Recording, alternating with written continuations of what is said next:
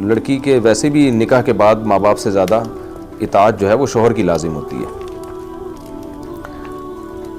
امریکہ سے کسی نے پوچھا مفتی صاحب ہم اپنی نماز کس طرح ٹھیک کر سکتے ہیں؟ دیکھیں نماز میں دو چیزیں ٹھیک کرنے کی ہوتی ہیں، ایک ظاہری نماز اور ایک باطنی۔ ظاہری نماز تو مسائل پڑھ لیں آپ، تسہیل بہشتی زیور مولانا اشرف علی تھانوی رحمۃ اللہ علیہ کی کتاب ہے جس کو بڑی مقبولیت ملی ہے،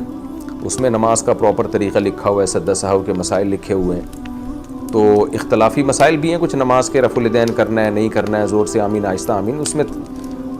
چاروں جو بڑے بڑے مجتہدین گزرے ہیں ان کی اپنی اپنی آراء ہیں، سب کے پاس دلیل ہے، تو اس لیے ہم کہتے ہیں ایک فقہ کو فالو کریں دوسرے پہ رد نہ کریں۔ تو اردو بولنے والے یا اسی طرح افغانستان ہے، ایران میں جو سنی مسلمان ہیں، ازبکستان، تاجکستان، ترکی، یہاں سب فقہ حنفی کو فالو کرتے ہیں، تو ان کے پاس بھی دلیل ہے، فقہ شافعی کے پاس بھی دلیل ہے، قرآن و سنت ہی سے سب کی نمازیں ثابت ہیں، لیکن ظاہر ہے ترجیح تو ایک ہی کو دینی ہے۔ تو اس لیے تسہیل بہشتی زیور بہت زبردست کتاب ہے اس بارے میں، تو آپ اس کا مطالعہ کریں، اس سے آپ ظاہری نماز ٹھیک کر لیں گے۔ اور باطنی کا مطلب خشوع و خضوع، وہ تو آپ کے دل کی حالت ہے، تو اس میں یہ کہ جب آپ قیام کے لیے کھڑے ہوں تو دل میں نیت کریں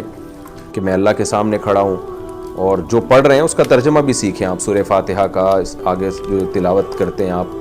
میرے جو تفسیر کے لیکچر ہیں اس میں سورہ فاتحہ اور 30ویں پارے کی بہت ڈیٹیل سے تفسیر اور ترجمہ ہے، وہ سن لیں آپ، میرے جو چینل ہے مفتی طارق مسعود اسپیچز، اس پہ، اس سے انشاءاللہ آپ کو نماز میں جب آپ قرآن پڑھیں گے تو ترجمہ سمجھ میں آئے گا انشاءاللہ، تو دل لگے گا نماز میں۔ بہت سے لوگوں کا دل اس لیے بھی نہیں لگتا، ان کو پتہ ہی نہیں ہم پڑھ کیا رہے ہیں، تو تسبیحات ہیں، دل اس میں لگائیں گے تو لگے گا۔ تو یہ دو پہلو ہیں نماز کے جس سے نماز ٹھیک ہو سکتی ہے۔